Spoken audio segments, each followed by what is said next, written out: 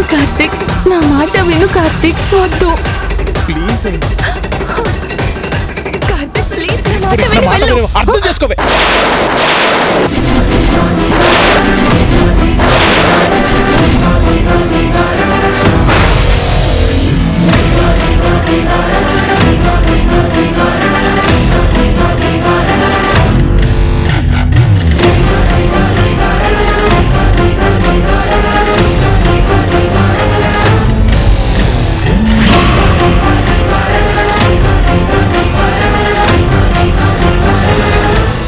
అక్క, అది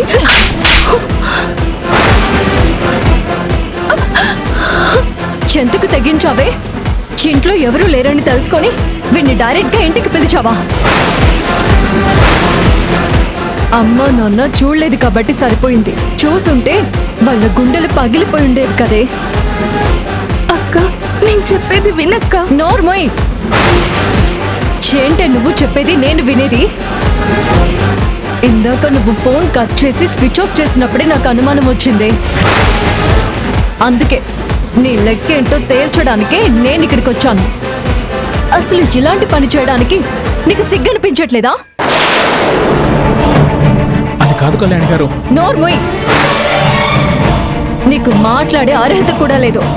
ఇంతకు ముందు కూడా మీరు ఇలాంటి పరిస్థితిలోనే కనబడితే నేనెంత నిలదీశాను. కానీ నా చెల్లి ఏం చెప్పింది? మేమిద్దరం జస్ట్ ఫ్రెండ్స్ మాత్రమే అని నాటకాలు ఆడింది. నా చెల్లెలు నాతో ఎప్పుడూ అబద్ధం చెప్పదు, నన్ను మోసం చేయదని గుడ్డిగా నమ్మినందుకు నాకు బాగా బుద్ధి చెప్పింది.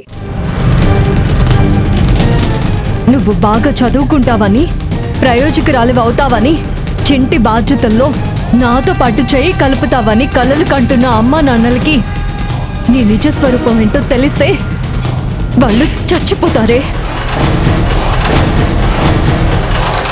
నీలాంటి దాన్ని ఏం చేసినా పాపం లేదు, పాపం లేదే.